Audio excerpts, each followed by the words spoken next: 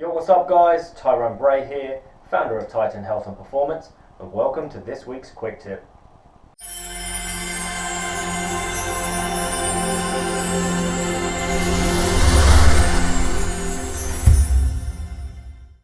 So in today's video we're going to be talking about processed foods and why you should ideally just get rid of them, knock them out of your diet and ideally replace them with whole foods.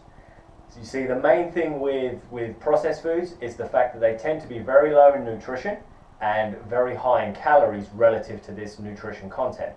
Whereas with whole foods, it tends to be the opposite way around. And by whole foods, I'm referring to meats, fish, fruits, vegetables, whole grains if you can tolerate them. You've got your nuts, seeds, legumes, dairy, eggs, that type of thing. Basically, whole foods that nature provides, not processed foods that have been made in a lab or in a factory, that kind of thing.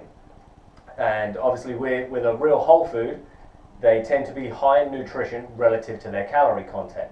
Whereas, as I mentioned, processed foods are high in calories relative to their nutrient content. So obviously in an ideal world, you'll eat predominantly whole foods, so that way you're getting more nutrition per calorie than you would from processed foods. You see, with processed foods, they tend to have been altered so much from their original state that much of the nutrition that may have originally been there in obviously the foods that have been used to make this processed food, much of that has been damaged or lost. So you end up with what we call a calorie dense food, basically.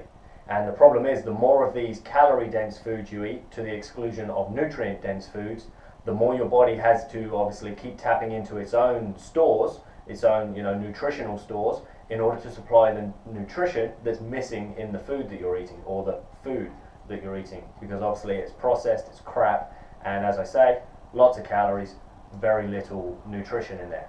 So that's often why people end up fat, etc., because they're taking on all this energy, but there's no nutrition in there for your body to effectively use it as energy, so much of it just gets stored as fat.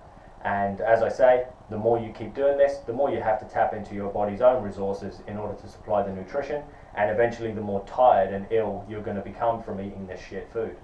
So there we go. Processed foods, get rid of them. They're crap. Ideally, introduce whole foods. One of the easiest ways you can do this is to just simply not buy the processed stuff. Now I know that's not simple, and I'll address that in a later video, but in real terms it's a case of, well, when you go shopping, if you only buy good food, you can only eat good food because that's all you'll have access to when you're at home.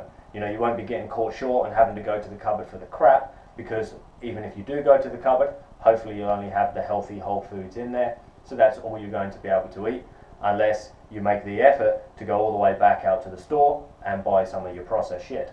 So obviously it's ideal, if you've only got good stuff in the house, that's all you can eat. Because if we're honest with ourselves, let's face it, if the shit is in the cupboard, you're going to eat the shit. We all do it, and that's why it's ideal to not buy it in the first place. So there we go, guys. Quick and simple, nice and easy. Eliminate processed foods, introduce more healthy whole foods. Thanks for watching. As always, any questions, concerns, comments, feel free to post them below this video on our blog, and I shall get back to you as soon as I can. So, did you like this video? If so, subscribe to our channel. And of course, feel free to share this video with all of your friends and family, or anybody that you feel may benefit. And if you'd like access to additional health and/or performance advice, get yourselves over to titanhealth.com and sign up for email updates.